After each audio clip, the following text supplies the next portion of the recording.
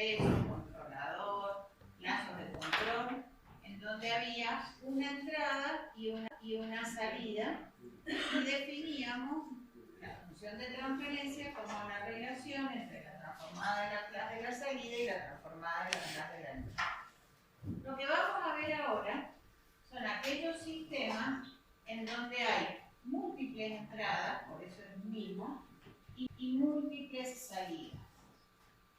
De ahí viene la sigla mismo, múltiples input y múltiples output. Y esto genera una matriz de funciones de transferencia, en donde habrá una función de transferencia por cada relación entre una salida y una entrada. Por eso nos vamos a manejar en esta unidad con matrices. Van a tener que repasar lo que no se puede, pero es así. Después vamos a ver que en realidad eso simplifica, aunque las matrices los vuelven locos, simplifica muchísimo el análisis de estabilidad, la solución. El hecho de trabajar con matrices, van a ver que después la estabilidad sobre todo es muchísimo más sencilla. Bueno,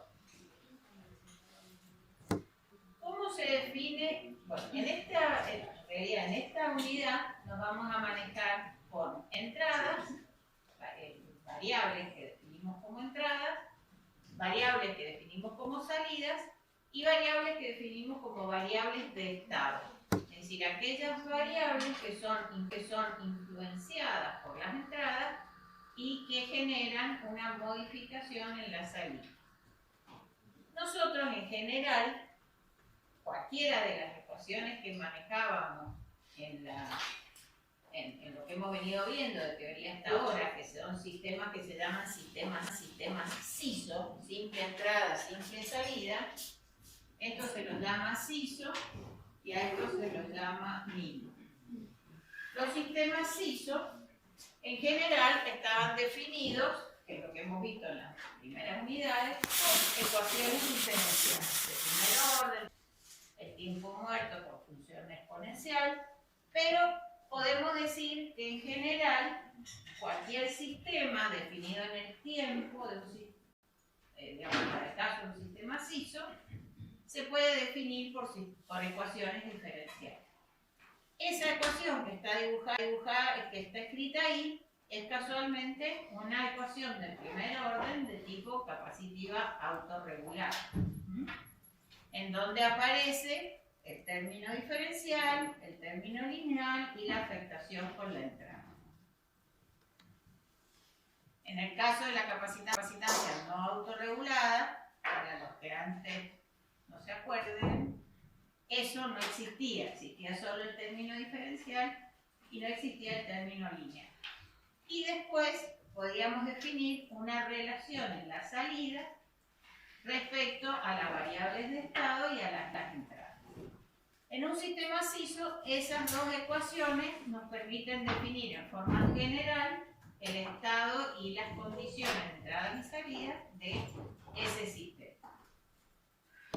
En los sistemas MIMO o multivariables ahora va a aparecer múltiples entradas, múltiples variables de estado y múltiples salidas. Eso hace que mis relaciones entre las entradas, las variables de estado y las salidas pasen a ser matrices. En general en el apunte las había puesto con negrita, no siempre se ven muy bien, pero esta X es este vector de variables de estado, esta es una matriz cuadrada, este es el vector de variables de estado, este es un vector y estos son el vector de entradas, este que tenemos. Y en las salidas también esto va a ser un vector, una matriz multiplicada por un vector y otra matriz multiplicada por un vector. Profe, ¿todas las ecuaciones están dentro de alguno de los vectores tienen que depender del tiempo o pueden depender de otra cosa? Todas dependen del tiempo, todas expresadas así están dependiendo del tiempo. Claro, pero se puede... ¿Puedo decir los coeficientes o qué? Sí, puedo haber funciones que no dependan del tiempo. O no pueden haber valores constantes, sería. O que dependan de otra variable. Y que sea función de función, por ejemplo, una variable que depende del nivel y que el nivel a su vez depende del tiempo. Por ejemplo. Sí, pero acá no las podemos representar. Esta es la representación más sencilla, después se complejiza, digamos. Sí, el OGATA, que es un libro así, está todo escrito en variables de estado. Si ustedes quieren, pueden profundizar mucho más. Bueno, se imaginan que es una unidad de una materia que dura un semestre. Estamos dando las condiciones más básicas, digamos así, después esto se puede complejizar. Inclusive, estas matrices de coeficientes pueden ser coeficientes variables en el tiempo y variables, es decir, nosotros lo consideramos de parámetros,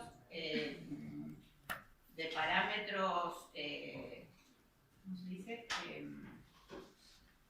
Como que están concentrados, es decir, uno podría decir que la masa tiene densidades variables, pero considera la masa de una densidad de parámetros concentrados y que son invariables en el tiempo. Pero existe representación matricial en donde A y B son los coeficientes de la matriz A y B son variables con las características del proceso, es decir, algo que a distintos niveles va cambiando su densidad, son coeficientes que varían con la densidad y que a su vez varían con el tiempo. Sí. La segunda ecuación representaba la salida y la primera era el vector. Esta representa las variaciones de la variable de estado con la variable de estado y con las entradas. Esto sería como la variable intermedia metida adentro de esta cajita. Vos tenés las entradas que afectan a esas variables de estado y esta ecuación te va diciendo cómo van variando esas variables de estado. Y luego la salida, cómo van variando con las variables de estado y con las entradas. Digamos, esa es la expresión más general. No siempre cada una de estas ecuaciones tienen los dos términos. O sea, puede que la salida solo dependa de las variables de estado y no de las entradas también. Estas son como las expresiones más generales.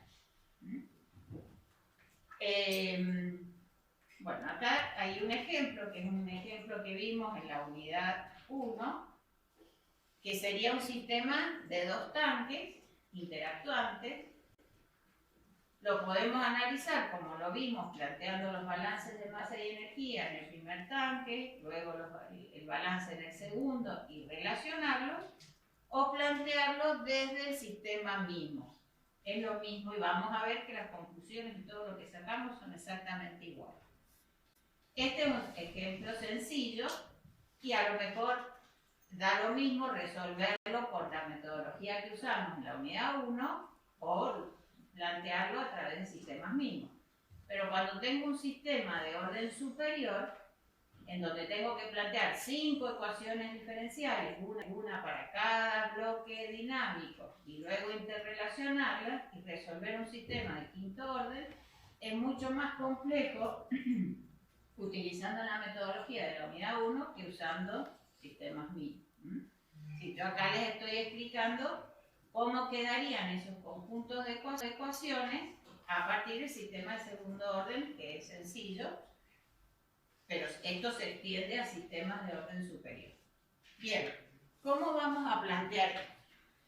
Esta ecuación es la misma que planteamos y estas son las mismas que planteamos en la unidad 1. No estamos diciendo nada diferente de la unidad 1. ¿Qué es lo que qué planteábamos cuando hacíamos un balance? Que lo que se acumula es lo que entra menos lo que sale, más lo que se genera, menos lo que se consume. ¿Se acuerdan? En forma general podríamos plantear un sistema o el balance dentro de un sistema de esa manera. Entonces acá, como no hay generación ni hay consumo, que podría aparecer, por ejemplo, cuando hay una reacción química o cuando hay una mezcla de sustancias y de alguna manera se combinan y generan cosas nuevas, acá solo tenemos lo que entra y lo que sale. Bien. ¿Qué es lo que entra y sale del primer tanque? En el primer tanque tenemos una variación de volumen que va a depender del caudal Q0 que entra y lo que sale es el caudal Q1. Este caudal Q1 va a depender, por un lado, de esa restricción. Supongamos que tenemos ahí una válvula, de la apertura de la válvula, que si está totalmente abierta va a dejar salir un caudal mucho mayor que si está abierta al 50%. Entonces esa R me está hablando de una restricción que está dejando pasar una determinada cantidad de caudal. Pero también va a depender de la diferencia de presiones aguas arriba y aguas abajo. Esa diferencia de presiones está dada por los niveles. Entonces, lo que salga por acá va a depender de H1 menos H2 dividido R1. ¿Por qué era el signo menos? Porque era caudal que sale. Y lo que entra, que es Q0, está en signo positivo. En este tanque, lo que va a entrar es lo que salía del primero. Sí, por eso este término es el mismo, pero con signo positivo, porque para el segundo tanque es entrada. Y lo que va a salir es lo que sale por la restricción 2, que va a depender solo del nivel H2. ¿Sí? Si yo lo reacomodo como ecuaciones diferenciales, porque lo quiero llevar a la forma general lo voy a escribir ya en forma matricial para que sea igual a A por X más B por U, y a la salida C por X más B por U. Bien, lo quiero expresar de esta manera. Entonces va a quedar que la variación de H1 va a ser, acá aplicando distributiva, 1 sobre R1 por A1, porque paso dividiendo este A1 por H1, más 1 sobre R1 por H1 por H2, más 1 sobre A1 por Q. Si despejo la derivada de H2 de acá, voy a obtener esa otra ecuación. Como lo quiero llevar a esta forma matricial, ¿quién va a ser X1 y X2? Para este ejemplo va a ser H1 y H2. Mis variables de estado son los niveles instantáneos en el tiempo, cómo van variando en el tiempo, H1 y H2. Por eso, esta es la derivada de H1 a H2 y este es el vector X, que en este caso es nivel. En la matriz A tengo que armar los coeficientes que van a hacer que la variación de H1 sea esto por H1, esto que tengo acá por H1, más esto por H2. ¿Se acuerdan? La variación de H1 más esto por H2. Y la variación de H2 es esto por H1 más todo esto por H2. Entonces voy a armar mi matriz A partir de esas dos ecuaciones diferenciales. Y mi matriz B, que es la que va a relacionar las variaciones con las entradas, en este caso, esta variación depende de Q, de la entrada Q, y esta no. Por eso voy a tener 1 sobre A1, que multiplica por Q en la variación de H1, y acá un 0, porque la segunda ecuación no depende de Q. ¿Sí? Y la salida, ¿qué van a ser las salidas de cada elemento? Va a ser Q1 y Q2.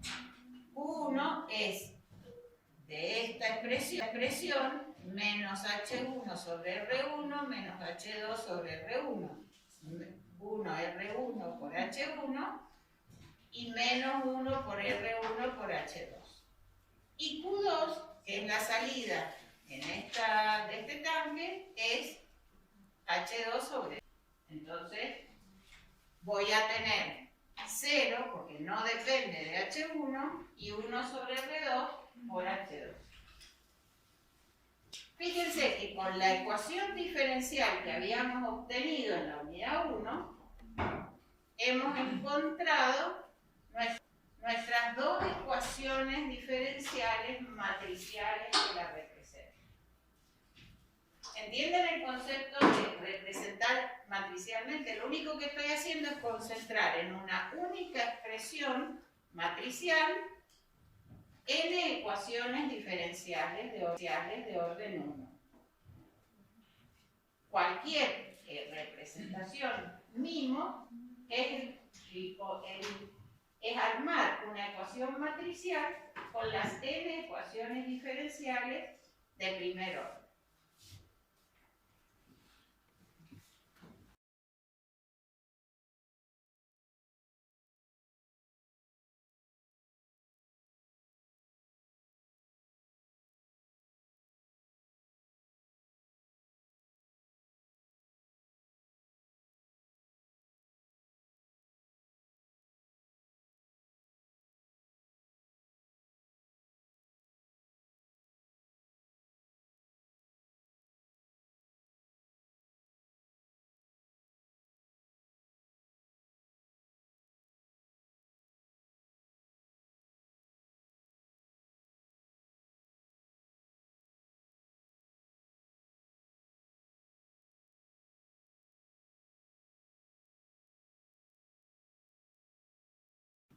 Y ahora podemos aplicar transformada de Laplace a mi ecuación matricial. La transformada de Laplace de la ecuación diferencial va a ser S por mi vector de variables de estado menos las condiciones, o sea, el vector de condiciones iniciales de X. Porque tendré una condición inicial de H1 y una de H2. No es lo mismo que el sistema arranque con H1 mayor que H2, que arranque al revés o que arranquen los dos iguales. En los sistemas interactivos, las condiciones iniciales son muy importantes. Bien, y lo mismo aplicamos transformada de Laplace en la ecuación de salida. A partir de esta condición, vamos a reemplazar, bueno, primero hacemos factor común entre los dos términos que dependen de x de s, por eso acá pasé este término restando, me queda el término de condiciones iniciales y de b por u, saco factor común y luego para despejar x de s, como esto es, tengo que premultiplicar por la matriz inversa de los dos miembros y eso genera esta matriz inversa S por I menos A. Y la salida, como me dice que depende de X de S, esa expresión ahora la voy a reemplazar en I. Entonces fíjense que termina quedando que la salida es la entrada, porque los dos términos dependen de U, puedo sacar factor común U de S, y me va a quedar C por S por I menos A la menos 1 por B más B. La salida dividido la entrada, que ahora es un vector de variables de salida dividido un vector de variables de entrada, me generará una matriz de funciones de transferencia G. Esa G es también una matriz. Relación de I1 sobre U1, de I1 sobre U2, I1 sobre U3. Va a ser una matriz. Y va a quedar definida por ese término. Lo vamos a escribir para tenerlo presente. Para que ahora podemos. Tenemos pizarra, marcador, todo. G era la salida. Todo esto son matrices, ¿no? O vectores. Va a ser C por S por I menos A la menos 1 por B más D.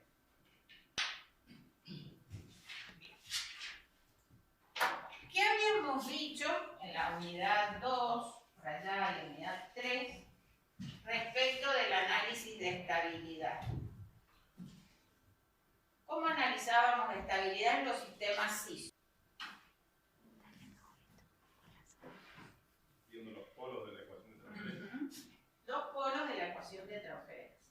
Y la ecuación de transferencia era el denominador de la función de transferencia.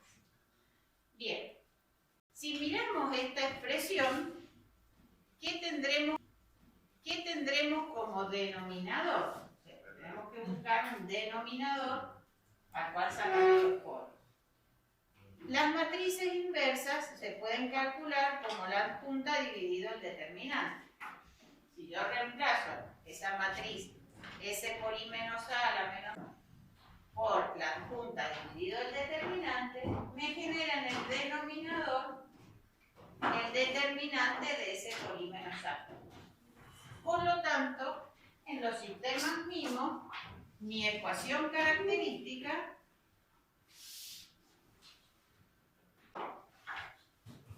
es el determinante de S por I menos A igualado a 0.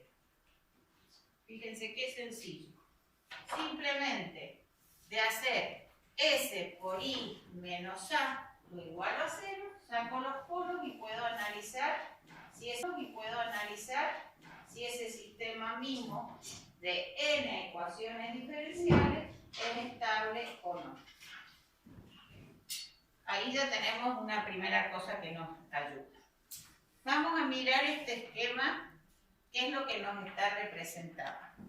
Acá estaría que en general esta D es 0, porque difícilmente hay una entrada, puede pasar, pero en general la afectación de las entradas es a través de las variables de estado. Algunas veces sobre las salidas hay una afectación de D, por eso el D existe como expresión general. Vamos a ir mirando, nos conviene de esto. Fijémonos qué nos dice esto. X dice X de S. A ver, no, lo vamos a mirar de acá, de esa que está ahí. Nos dice que esta entrada es S por X de S, porque al estar en este S y a obtener X de S, esto que tengo acá, a ver si lo puedo ver. Así puedo escribir sobre garabatear el diagrama.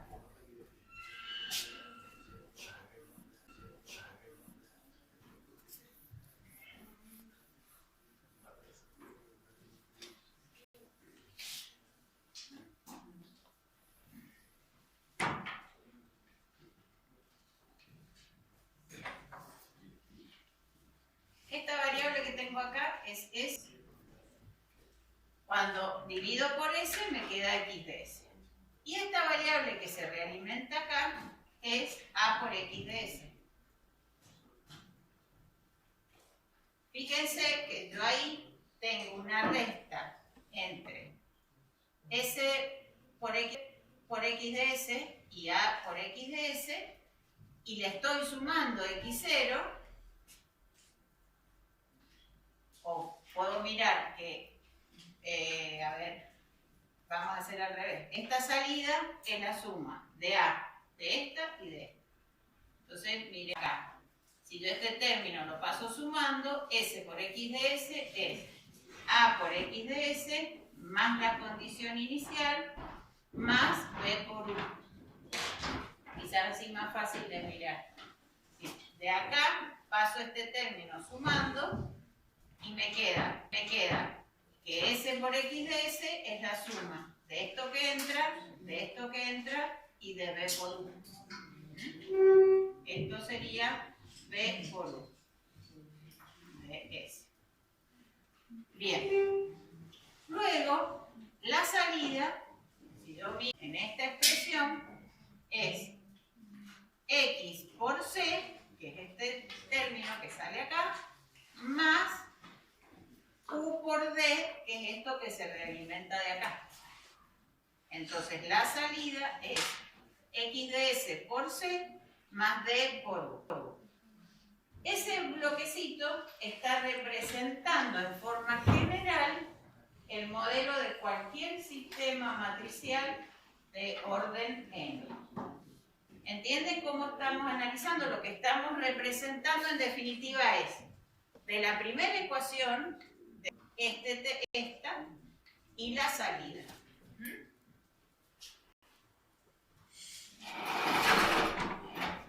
Bueno.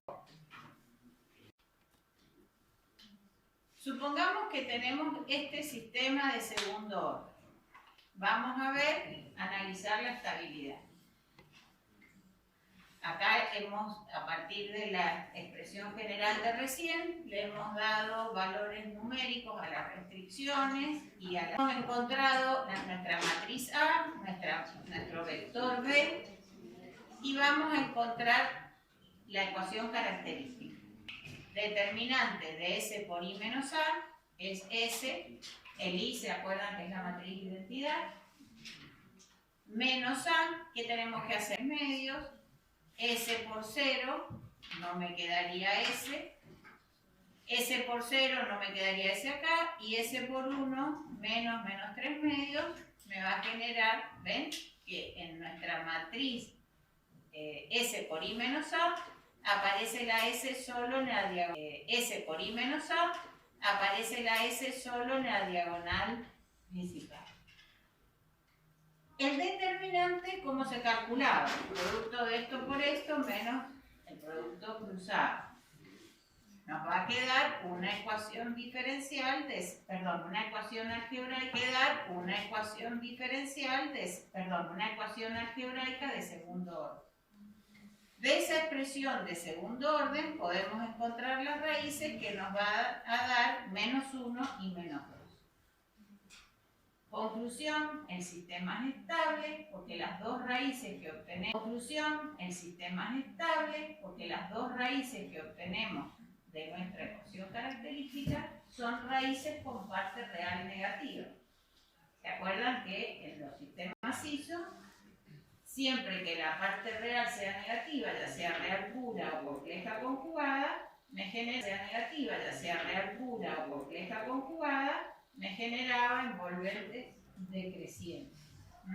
Entonces, al ser negativo, la respuesta es estable. Si yo quisiera encontrar la solución, tengo que resolver la matriz inversa, sacar la matriz adjunta, que la matriz adjunta, van a tener que repasar, era la transpuesta de la matriz de cofactores.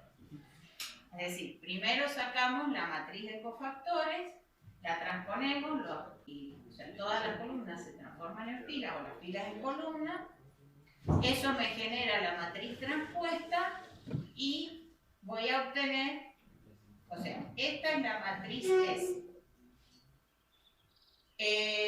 La matriz inversa es cuando a la determinante. Entonces, esto está en cada uno de los elementos de la matriz adjunta, es el determinante de S por I menos A. Sale de factorizar simplemente con los dos raíces.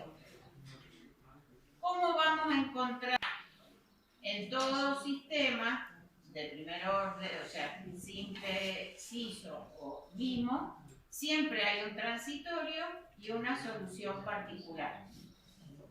Y eso lo voy a dibujar, lo voy a hacer en forma general para que lo recuerden. Si yo digo que mi función de transferencia G es la transformada de Laplace de la salida sobre la transformada de la entrada, yo puedo decir que I de S es G por U.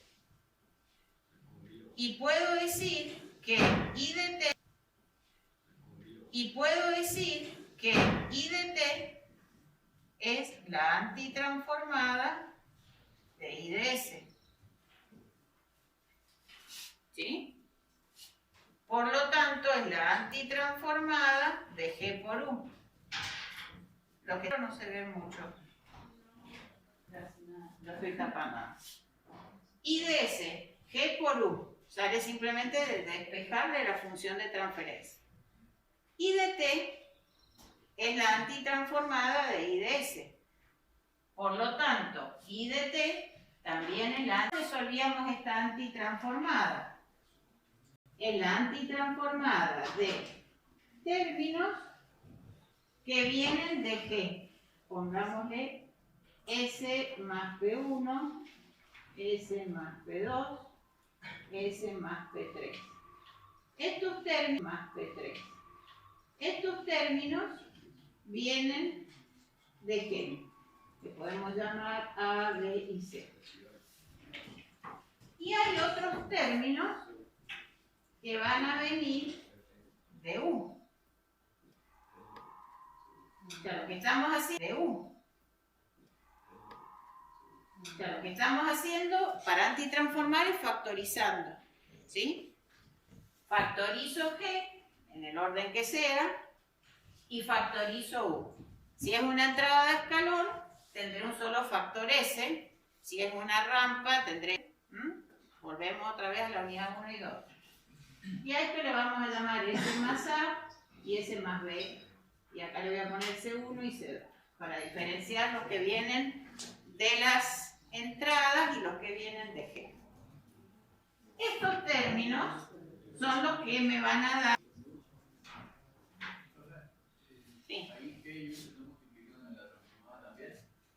Claro, esto es un producto, pero al factorizar tengo que descomponer G y U y se suma.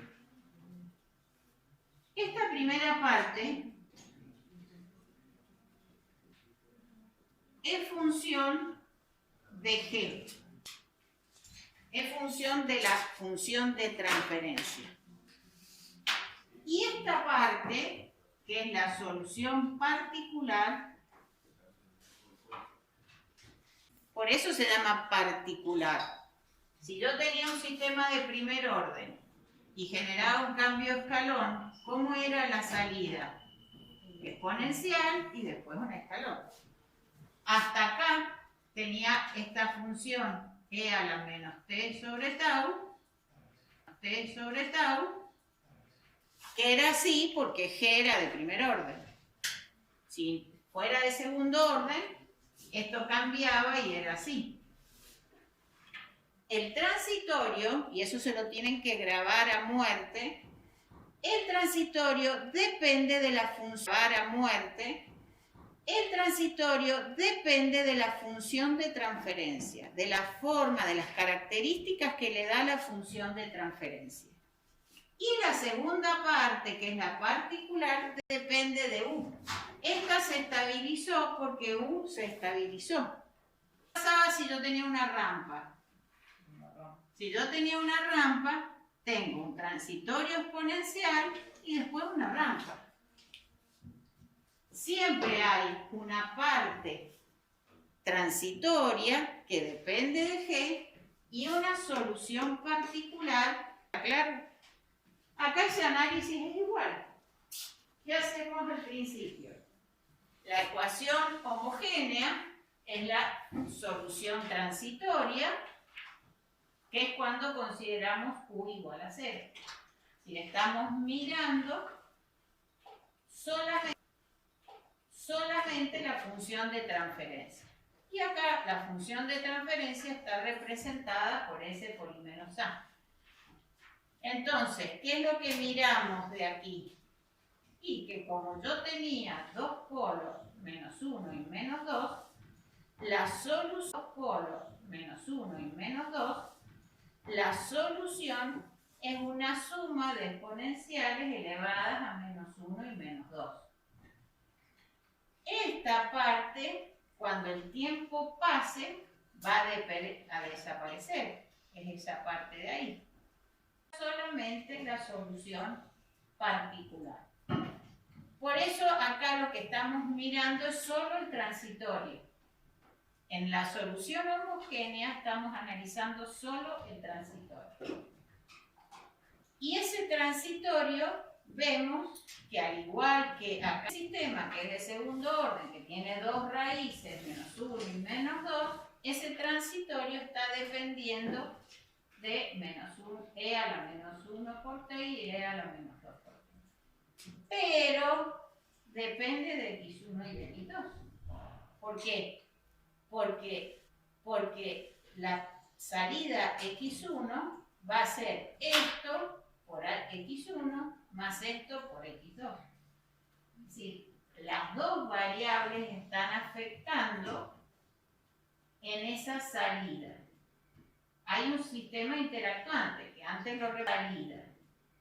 Hay un sistema interactuante que antes lo representábamos con nuestra función de segundo orden y que ahora lo estamos viendo también acá, porque es esto por X1 más esto por X2. Depende del estado de X1 y del estado de X2. ¿Me siguen? Y luego hay una solución particular. Y acá entramos en un problema. Y es que tenemos un producto de matriz. Cuando queremos resolver la solución particular, aparece esta resolución que es, ¿cómo se llama?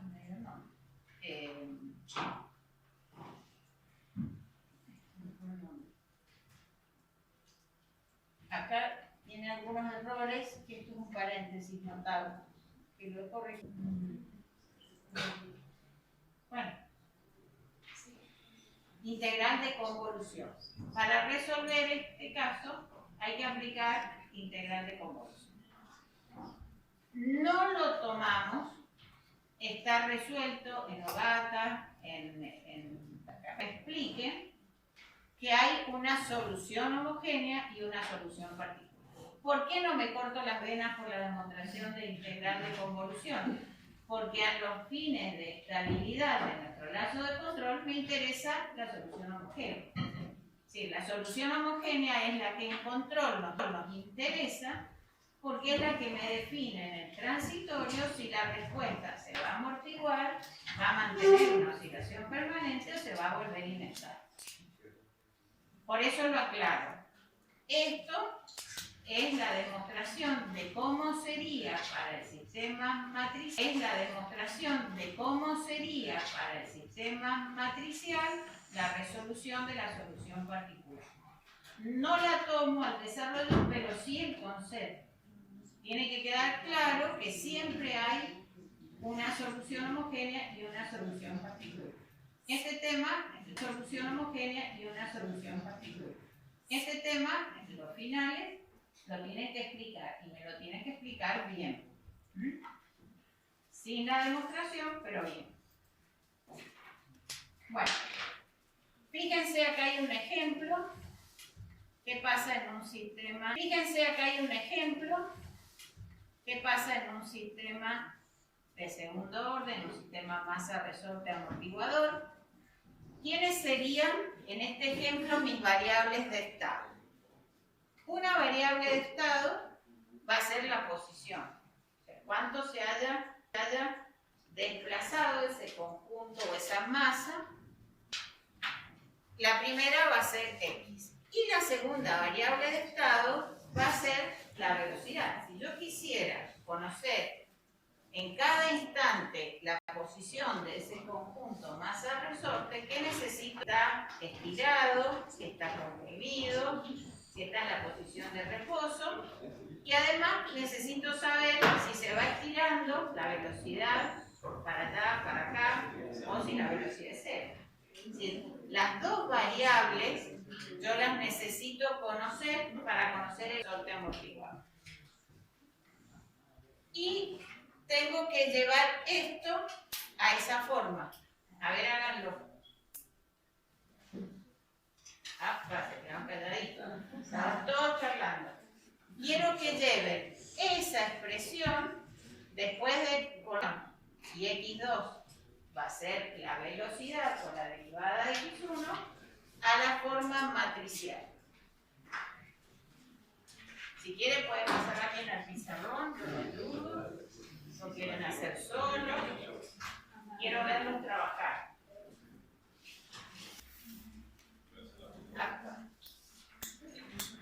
Un consejo. Primero despejen la derivada segunda. En vez de decir una sola cosa, yo soy buena. La derivada segunda de x es, ya, vamos a hacer así, vamos a hacer así, la derivada de la derivada primera. Entonces, si a esto lo llamo x2, esta es la derivada de x2, la derivada de x2 puntos, ahí tienen una línea.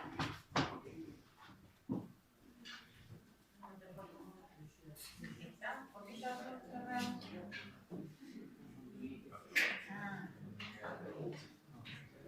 No, sí, lo es.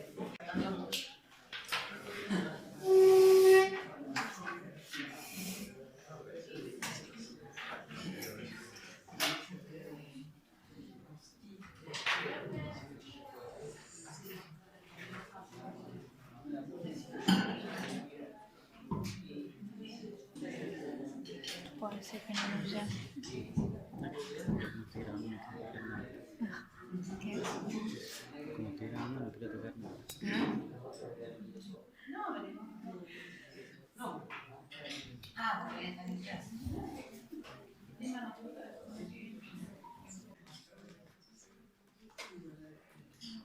Planteen que x1 es x de t, que x2 es la derivada primera de x de t y que la derivada de x2 es la derivada segunda de x de t. Entonces ahí les va a ir saliendo el de x1 de t.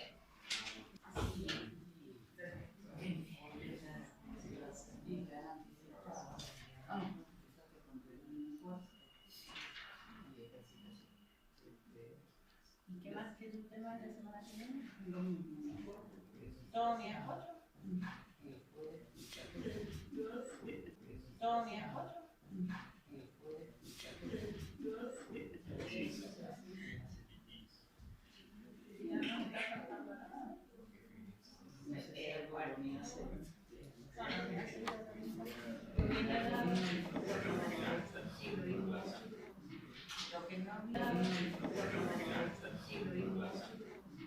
Lo que no vi en nomenclatura, que es una actividad apenas, o sea, la semana anterior a lo para explicar, pero ¿cuántas clases nos quedarían?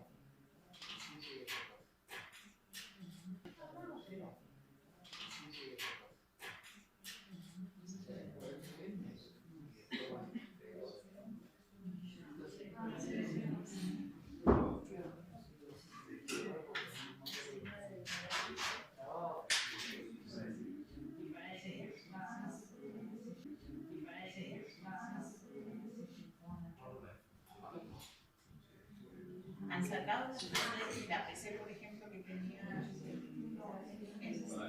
el PLC.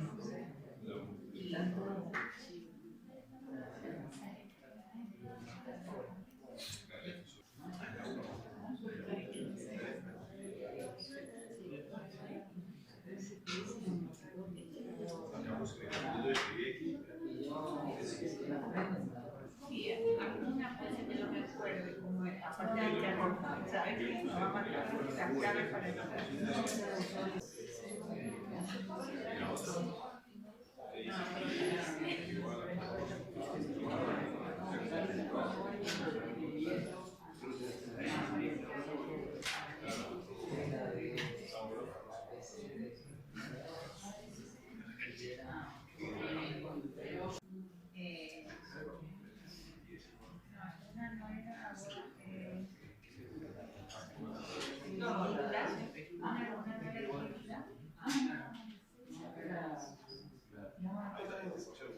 Creo que la palabra está anotada en el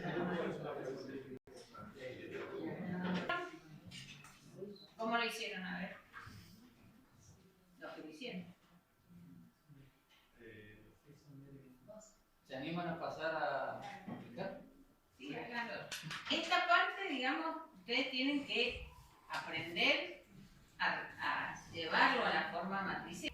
Aprender a llevarlo a la forma matricial. Porque hay algunos ejercicios después que va a ser pasar de expresión diferencial a la función matricial. la función de matricial a la función de transferencia y a la inversa. Así que, y a la inversa. Así que tienen que entender esto. La forma general es esta. Si ustedes quieren acá, para que se den cuenta, esto lo puedo poner como x punto. Formado por la derivada de x1 y por la derivada de x2. Y estas son variables x1 y x2.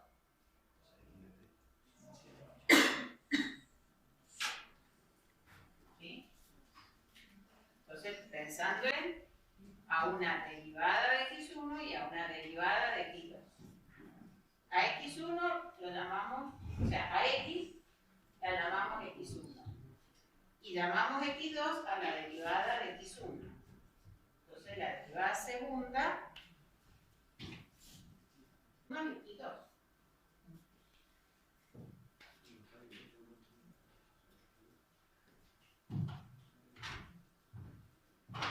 ¿Cómo vamos?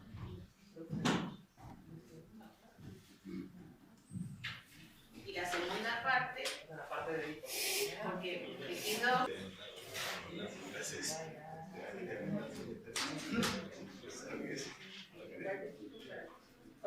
¿cuál es la segunda parte? ¿En y o en x? Sí, es la salida, que es x, porque en definitiva lo que vos querés conocer de ese sistema masa-resorte, en definitiva lo que vos querés conocer de ese sistema masa-resorte es la posición. Entonces, para vos tu salida es solo la posición, que es lo que llamamos x.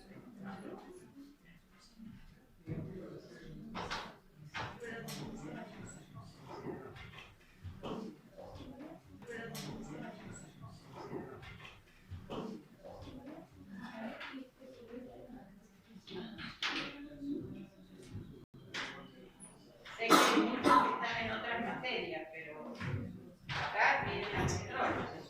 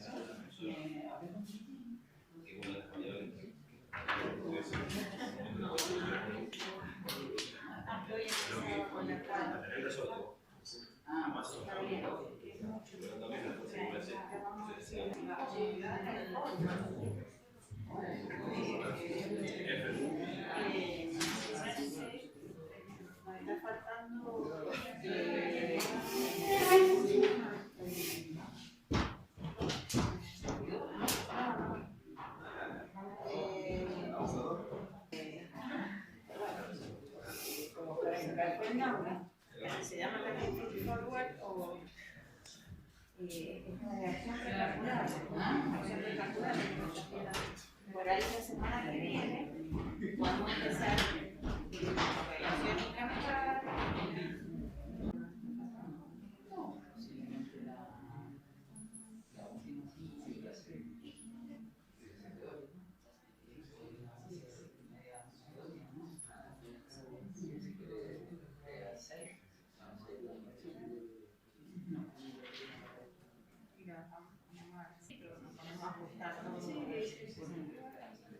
A repasar para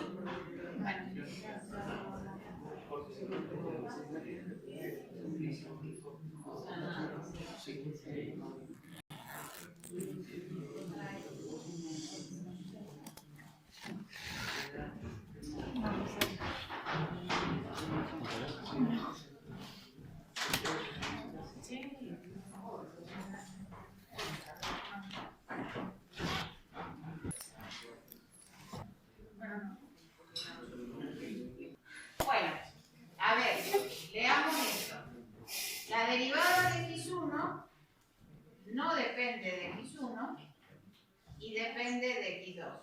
Eso que estoy escribiendo ahí es esto. Que la derivada depende de 0 por 1. Y la derivada de x2 sale de despejar de acá. Si yo despejo, a ver,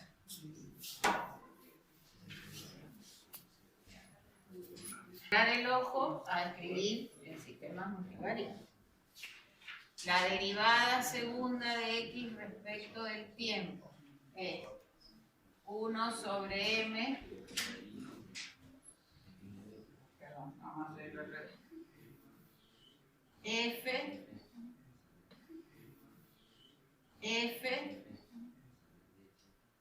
menos C sobre M, bueno, y F también sobre M, por la derivada de x respecto del tiempo, menos K por X. Sobre menos K por X. Sobre M. Muy bien, están atentos. Entonces, esto es lo que escribimos como derivada primera de x2. Esto es f es la entrada, u, m es un coeficiente, la derivada de x dijimos que era x2 menos k sobre m por x, que es x1. Entonces, la derivada de x2, vamos a empezar por x1 menos c sobre m por x2 más 1 sobre m por 1. Profe, ¿puedo explicar de vuelta el de arriba? Que no entendí por qué le entendí. ¿En cuál de arriba? O sea, la parte de arriba, la matriz. ¿Esta? No, la que está la matriz. ¿Esta? No, la que dijo que es independiente de U. Que por eso Acá, porque vos acá cuando definiste x, la derivada primera de x1 es igual a x2, es lo que estamos haciendo en esa primera. x1 es 0 por x1, 1 por x2, x1 es 0 por x1, 1 por x2, y acá no está 1. Eso quise decir, que en la ecuación no depende de 1. En cambio, la derivada de x2, que es esta, sí depende de 1. Porque el u es la fuerza. ¿Sí? Y la salida, como la variable que me interesa es el desplazamiento de ese conjunto masa, resorte, amortiguación, la salida es x1, que es la posición, y no me interesa la velocidad. Si me interesaran las dos, definir como salida la velocidad y la posición. Bueno, otro ejercicio. Tenemos acá que encontrar el modelo en el espacio de estado para la ecuación diferencial de segundo orden, la ecuación diferencial de segundo orden dada por ese ejemplo. Ahí está todo resuelto. Fíjense. Acá, bueno, reacomodemos la cabeza. La variable de estado ahora no es x sino es y, porque toda la ecuación diferencial está x sino es y, porque toda la ecuación diferencial está planteada en función de y. O sea, esa y no es la salida, sino que es la variable de estado. Tienen que prestar atención a eso. Creo que esa variable de estado es como... Es como la variable, por ejemplo, el nivel podría ser, porque yo estaría hablando de variaciones de variables de estado, cómo va cambiando los niveles. Y la entrada es el caudal que entra y la salida es el caudal que sale. Bien. Entonces, ese ejemplo, otra vez, es muy parecido al de recién, la expresión matricial. Acá ya tengo coeficientes en vez de K y C y M. O sea, que lo único que me queda es acomodar acá un 1 y acá el coeficiente de X1 y el coeficiente de X2. Y la de X2. Y la salida 1 por X1 más 0 por X2. La función de transferencia, esa la escribí a propósito por acá, es C por la inversa de S por I menos A por B. Porque en este ejemplo, I menos A por B. Porque en este ejemplo no hay D. Si hubiera D, tendríamos que acá sumarle D. Creo que la puse completa ahí, ¿ven? Lo único que tienen que aplicar una vez que encontraron A, B, C, existiera, para encontrar la función de transferencia, es hacer ese producto de matrices. También debería estar la D en la I, ¿no? Claro, la D estaría acá y yo la debería sumar acá. Si estuviera en la I, la D. Profe, Debería estar por, o sea, por eso tiene que estar bien armada la A, la B y la C. Y la D. Si están bien armadas, siempre te queda producto, digamos. sí, que se puede Tiene que ser N por M y M por algo. Tienen que coincidir. Primero con la fila del segundo. La empezamos con cita. Claro, las dos están adentro, pero ahora se me hizo lío si era la fila. Primero son las filas, después las columnas. Bueno, entonces fíjense, al hacer este producto, obtienen la función de transferencia, que hubiera salido de transformar acá, de aplicar transformar. Y la respuesta va a depender de las raíces, en definitiva, del denominador. O sea, hagan este ejercicio. Acá pedía la respuesta a la entrada de impulso para que fuera más fácil, porque la transformada en Laplace el impulso es 1, entonces no les agrega raíces por la entrada. Bueno, hagan ese ejercicio. ¿Se entiende?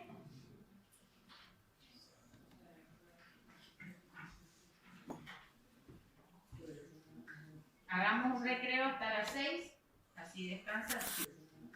Hagamos un recreo hasta las 6, así descansa. Si quiera, se queda haciendo este ejercicio.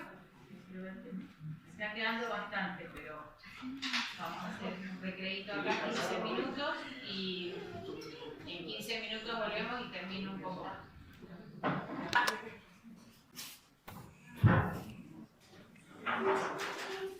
Una matriz que tenga muchos coeficientes distintos de C.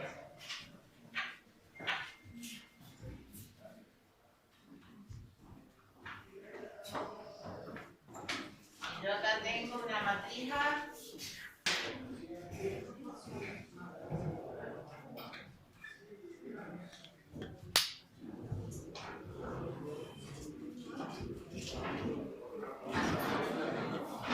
¿Qué es lo que me dice? Que una salida es por esto más esto por esto. Quiere decir que todas las entradas están afectando a cada salida. En la medida que yo tenga una matriz A con pocos ceros, hay un gran efecto de interacción en las ecuaciones diferentes. Fíjense, y vuelvo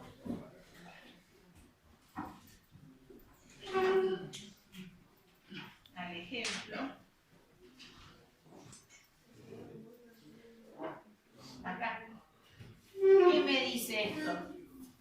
Que las variaciones de H1 dependen de H1, dependen de H2 y dependen de la entrada. Que las variaciones de H2 dependen de H1 y dependen de H2.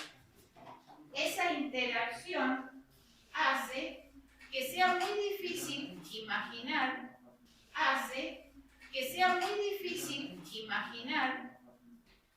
cuando yo quiero controlar, porque yo voy a controlar poniendo un elemento de control a la entrada.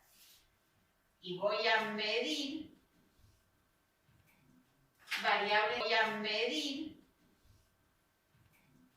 variables de salida para generar las correcciones sobre la entrada. O sea, si uno imagina un lazo de control y esto es mi proceso, tengo que medir las salidas y en función de un determinado set point corregir las entradas. Pero cada vez que yo corrija esta entrada, voy a estar afectando a todas las variables de estado. Porque todas las variables de estado están interconectadas entre sí. Tener una matriz A con pocos ceros implica que las variaciones de cada variable de estado dependen de todas las demás. Cada vez que modifico una, modifico a todas.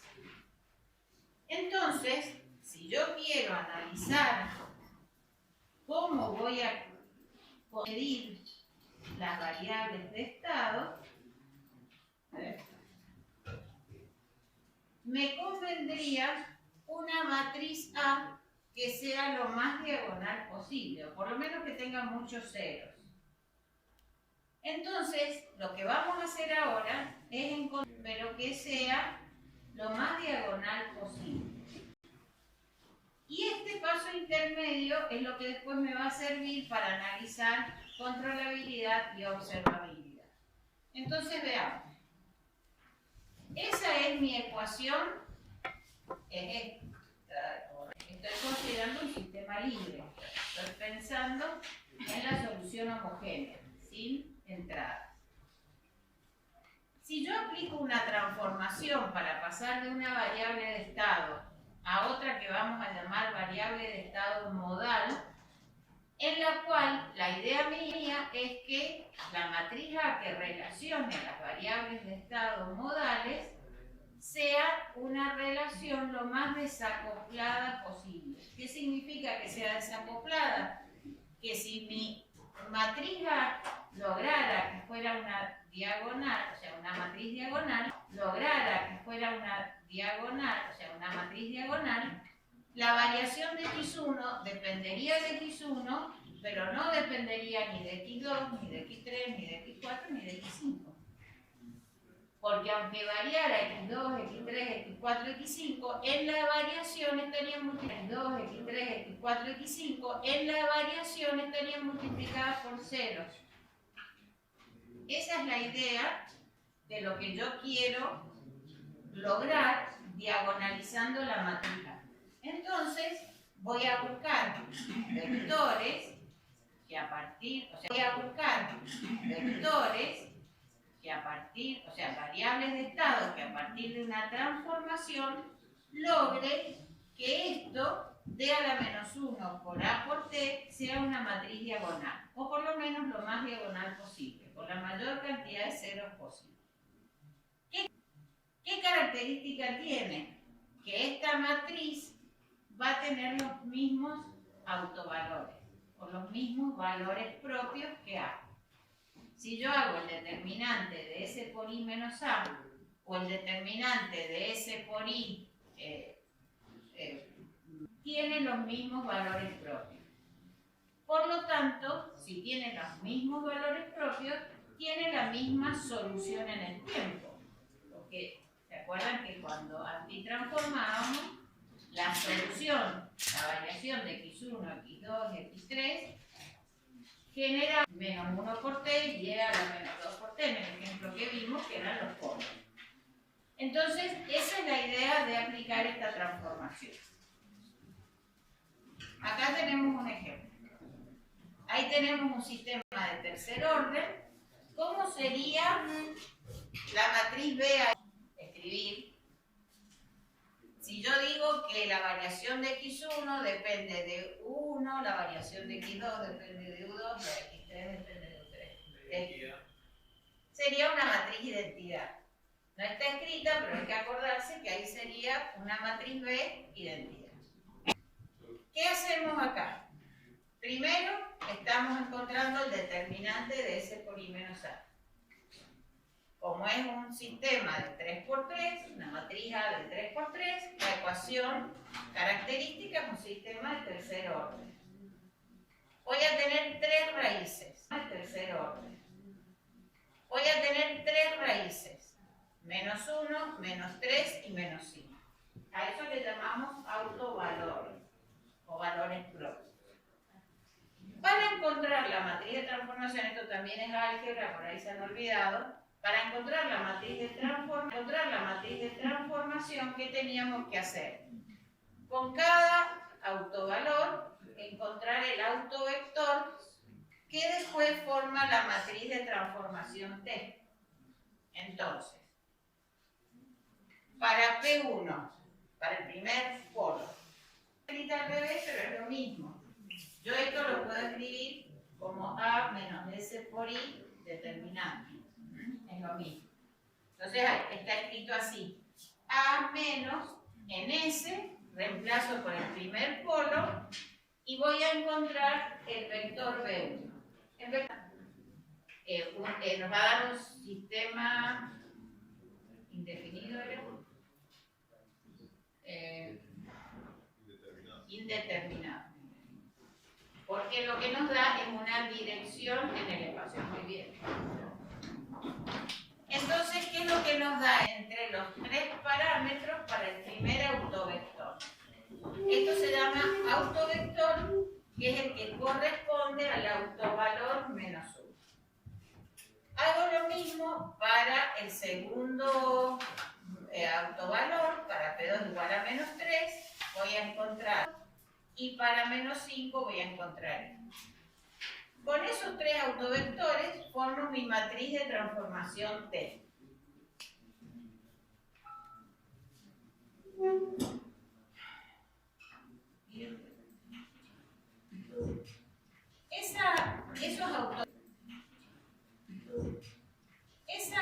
Esos autovectores nos están representando en el espacio, o sea, en el tiempo más que en el espacio, relaciones entre las variables de estado. Porque si se acuerdan, es entre las variables de estado. Porque si se acuerdan, cada uno de esos autovectores va a representar una relación entre x1, x2 y x3. Y son las relaciones en las cuales la transformación nos da la misma respuesta que en el sistema original. La transformación nos da la misma respuesta que en el sistema original. Este primer autovector, que es 1, 2, 1, significa que en ese estado estacionario, cuando el nivel del primero sube una unidad, el segundo sube 2 y el segundo sube 2 y el tercero sube 1. En el segundo modo, cuando el primero sube 1, este se queda igual y este baja 1. Y en este tercer modo, que es -1, 2 y -1, cuando baja una unidad, este primer cuando a ese sistema original que teníamos le aplicamos la transformación y multiplicamos por t a la -1 por a por t a la matriz A, bueno, eso sale de hacer esto.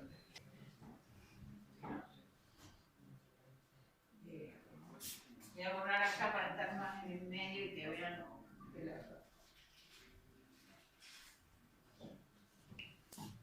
tenemos que la variación de x respecto del tiempo es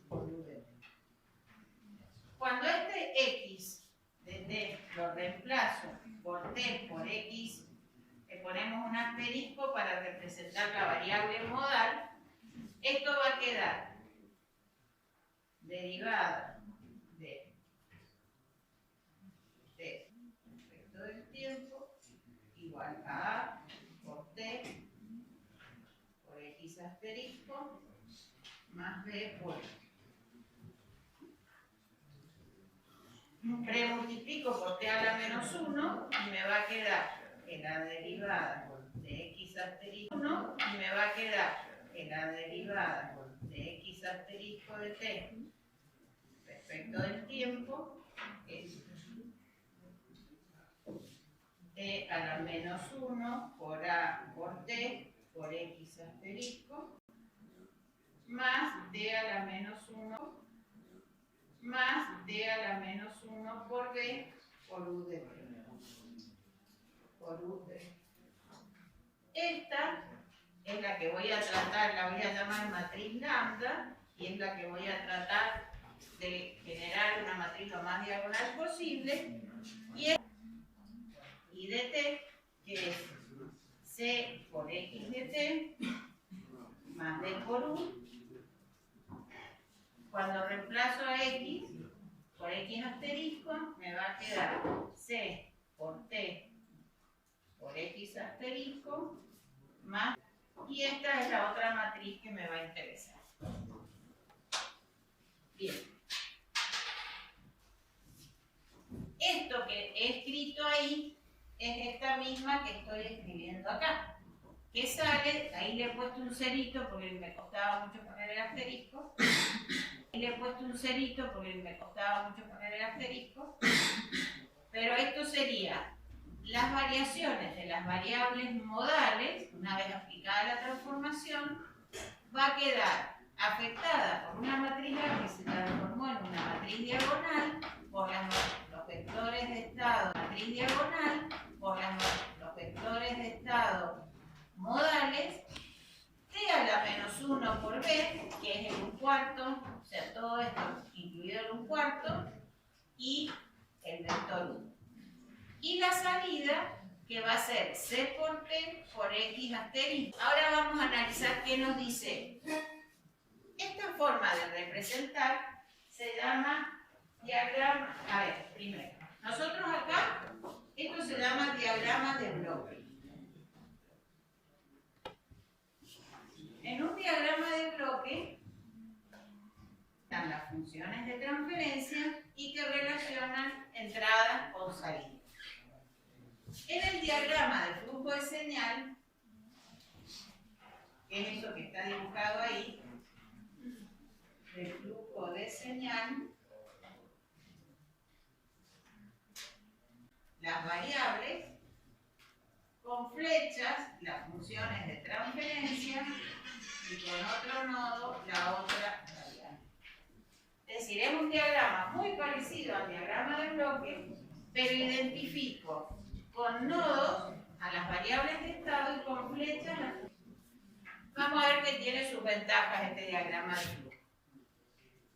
Primero tenemos acá las tres variables de estado modales, x1, x2 y x3 asterisco. Fíjense que estas variables están puestas acá, es la derivada de x1 asterisco, la variable están puestas acá, es la derivada de x1 asterisco, la derivada de x2 asterisco y la derivada de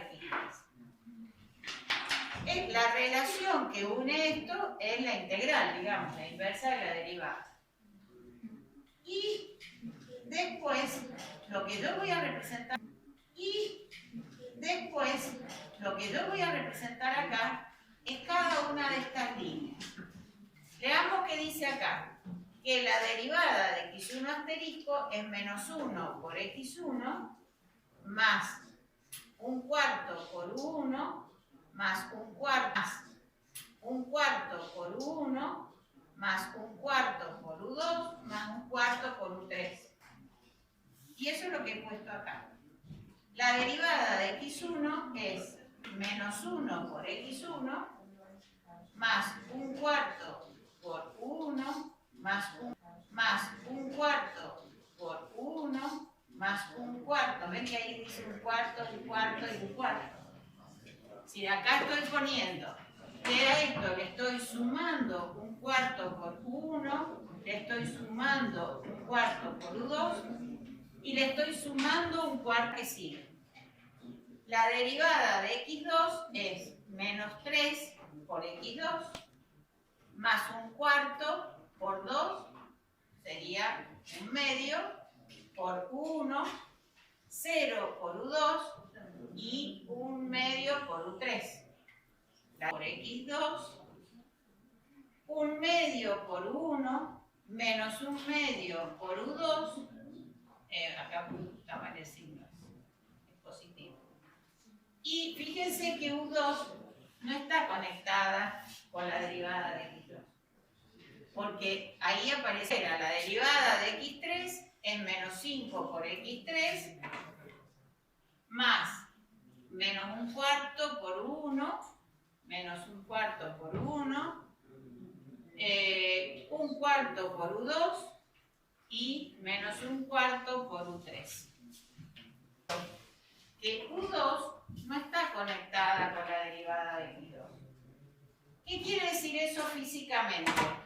Que si yo modifico la entrada u2, no voy a variar la variable de estado x2. No voy a conseguir corregir a x2. Voy a conseguir corregir a x2. Y fíjense que eso significaría que si yo acá pongo una válvula y modifico u2, no va a pasar nada con x2 acá dentro. Con x2 acá dentro. A los efectos de un lazo de control significaría que yo no podría controlar a x2 a través de u2. Que si yo quisiera controlar el nivel 2, no ganaría nada abriendo la válvula u2. Porque la válvula u2 corregiría a x1, corregiría a x3, pero no está conectada con la variación de a x3, pero no está conectada con la variación de x2. No va a modificar a x2. Miremos la otra expresión, esta. Me dice que la salida I1 es 1 por x1 más 1 por x2 y menos 1 por x3. Quiere decir que cualquiera de estas tres que varíe se va a ver en esa salida I1. Si cambia el nivel 1, si cambia el nivel 2 o si cambia el nivel 3, acá detectaría los cambios de x1, x2 y x3. Pero con I2, fíjense que I2 es 2 por x1, 0 por x2 y 2 por x3. Si lo miro acá, I2 es 2 por x1, 2 por x2 y no está conectado acá. Significa que si cambia x2, yo no lo voy a visualizar con un sensor acá. Ese sensor no va a detectar si es acá. Ese sensor no va a detectar si x2 cambia o no. Por eso, a esta matriz T a la menos 1 por B es con la que yo analizo controlabilidad.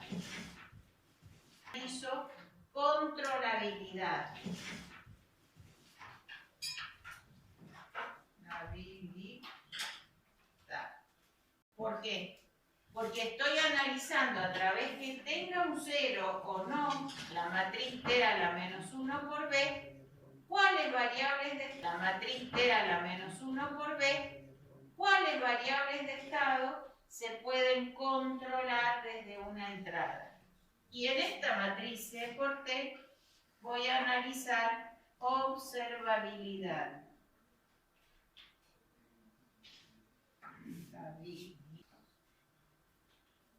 Significa que voy a ver si un sensor en una determinada salida visualiza los cambios de las variables de estado.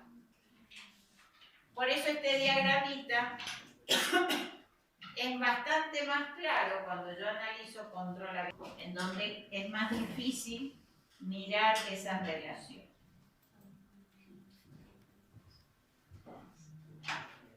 En OGATA hay otro análisis que no vamos a demostrar, pero se los planteo porque también, digamos, pero por ahí no es tan fácil de visualizar. Y además por ahí tienen que saber sacar el rango de una matriz, cosa que no sé si se van a acordar.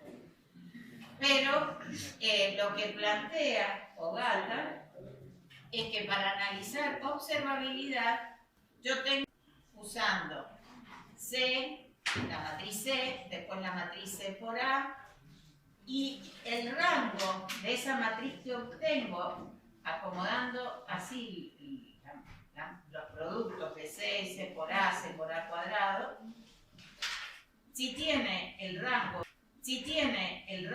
el mismo orden que el determinante, el mismo orden que la matriz, el sistema es observable. Y para la controlabilidad tengo que armar una matriz con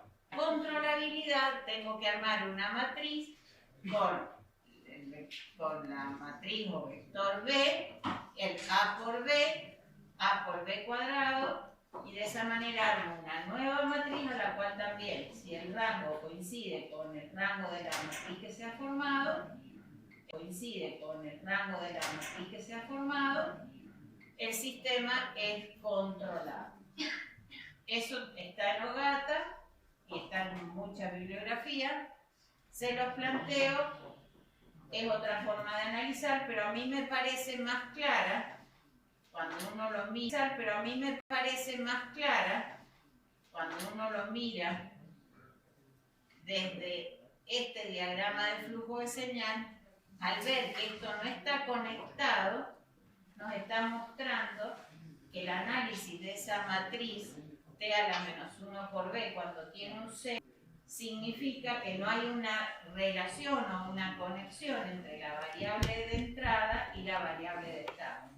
Por lo tanto, yo puedo modificar esa variable de entrada y no lograr corregir a la variable de estado.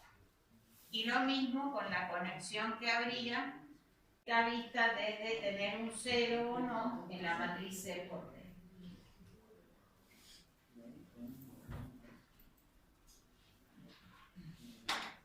Esto de movimiento del espacio de estado, voy a ver esta representación. ¿Qué pasa en un sistema multivariable?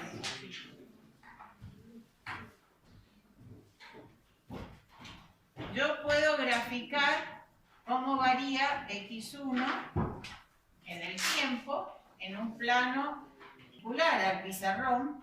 Podría graficar cómo varía X2. Esta es mi condición inicial de X2 y esta es mi condición inicial de X1. Si yo pues sería bueno tener otro marcador, pero no lo tenemos. Si yo proyecto en el tiempo 0 el valor de X1 y de X2 en este plano, que sería un plano perpendicular así, se llama plano modal, tendría un punto. Así se llama plano modal, tendría un punto. Para un tiempo T1, supongamos que sea este, yo tendría un valor de X1 y un valor de X2. Y yo tendría otro punto en el plano modal. Si yo uno esos puntos en el plano modal, obtengo cada una de esas curvas. A esas curvas se las llama trayectorias. Por inicial hasta el tiempo infinito, ¿qué valores va tomando en un punto cualquiera X1 y X2? La flecha me indica el aumento del tiempo.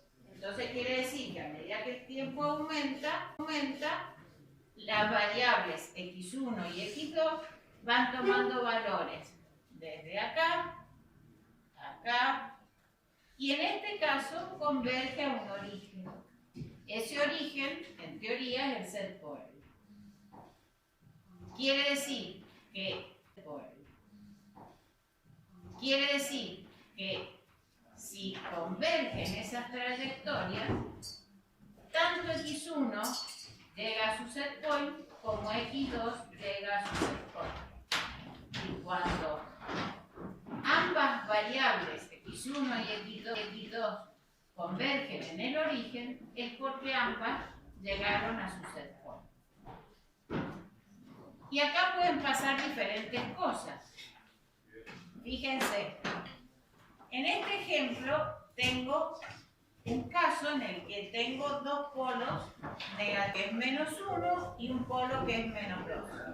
Entonces, ¿qué pasa?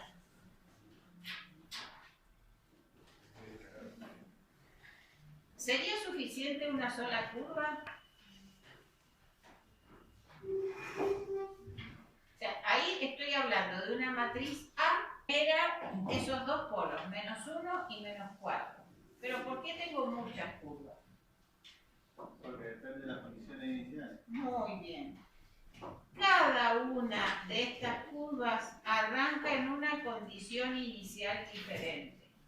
En los sistemas multivariables, imagínense en los dos tanques, si yo arrancara de un tanque 1 muy elevado y el tanque 2 por acá, la forma en que irían excursionando x1 y x2 hasta llegar a su estado estacionario es diferente que si los niveles arrancaran al revés o los dos arrancaran casi igual. Las condiciones iniciales en un sistema multivariable son muy importantes a la hora de encontrar la respuesta o la solución. Por eso hay tantas curvas. Una curva es esta y me estaría... Una curva es esta y me estaría indicando las variaciones de x1 y x2 a partir de esa condición inicial. Esta es otra, esta es otra. ¿Qué me representan estas dos condiciones que estoy marcando ahí? ¿Cuáles? Condiciones que estoy marcando ahí. ¿Cuáles? Esa recta y esa recta. Esos son los vectores propios. Los vectores propios no. Las condiciones iniciales que caen sobre los vectores propios. Las condiciones iniciales que caen sobre los vectores propios. Y en esas condiciones iniciales, la relación entre las variaciones de x1 y x2 es constante. Y las da el vector propio. Y además está desacoplada de la otra variable. Por eso es que se mantienen constantes, porque fíjense que en cualquier otra condición inicial es diferente lo que varía cuando va variando x1 y cuando va variando x2. Pero acá, en cualquier condición es constante. Cuando yo tengo una raíz negativa y una raíz positiva, ¿qué puede pasar? Que si la condición inicial cae sobre el autovector que me generó el menos 2, ese sistema, pero si cae en cualquier otra condición, en la del autovector más 1, o en cualquier otra condición fuera del autovector estable, la respuesta a la larga tiende a la inestabilidad. Solamente cuando es desacoplado, condición en la que podría llegar a la estabilidad.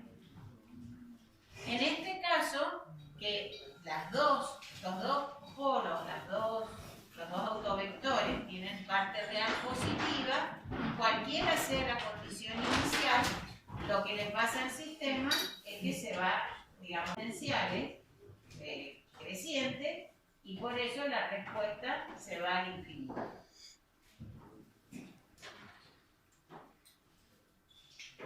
En este caso que tengo una raíz negativa y un 0, convergen en cualquier condición inicial hasta un punto en el cual va a entrar en oscilación permanente. Es decir, con esta condición inicial va a ir decreciendo, pero después se va a quedar en una condición de oscilación permanente entre esos dos puntos. ¿Por qué? Porque esto me generó un 0 que genera una función senoidal. En este caso, que es una raíz inestable y un cero, puede haber iniciado inestable y un cero, puede haber iniciado en una condición de oscilación permanente, pero después siempre va a hacerse inestable. En este caso, tengo dos raíces repetidas, genera un único autovector. Estable, inestable y oscilación permanente. En este caso tenemos raíces complejas conjugadas con parte real negativa. La raíz compleja conjugada me genera respuestas oscilatorias amortiguadas. ¿Qué va a pasar con las trayectorias? Son rulitos que van a converger en el origen, pero van a ir decreciendo en amplitud y va a ir pasando por una oscilación permanente. Real es cero y la raíz es imaginaria. Cualquier condición inicial va a generar una oscilación permanente de una determinada amplitud de x1 y x2. En otra condición inicial va a generar una mayor amplitud y un máximo. Y si la raíz tiene parte real positiva, es también oscilatoria, pero creciente. Bueno, en la guía de trabajos prácticos hay un ejercicio que les va a generar una situación como esta y otra que les va a generar. Préstenle atención que este es el ejemplo de un péndulo sin fricción, digamos. ¿Quiénes serían x1 y x2 en un péndulo? Posición. Por un lado, digamos la posición que la Posición. por un lado, digamos la posición que la vamos a medir a través de la pelotita Y la velocidad. y por otro lado la velocidad. Fíjense que cuando estamos en una posición con velocidad máxima, tenemos ángulo cero, es cuando el péndulo está ángulo cero, es cuando el péndulo está vertical. Está pasando con la mayor velocidad en un sentido o en el otro. Por eso tenemos dos condiciones, ¿ven? Una cuando va en una dirección y otra cuando va en la otra. Y en este punto, que es cuando tiene velocidad cero, es cuando está acá o cuando está acá. Hay dos ejercicios en la guía de trabajos prácticos y son estos casos para que los comparen. Bueno, vamos a llegar hasta acá.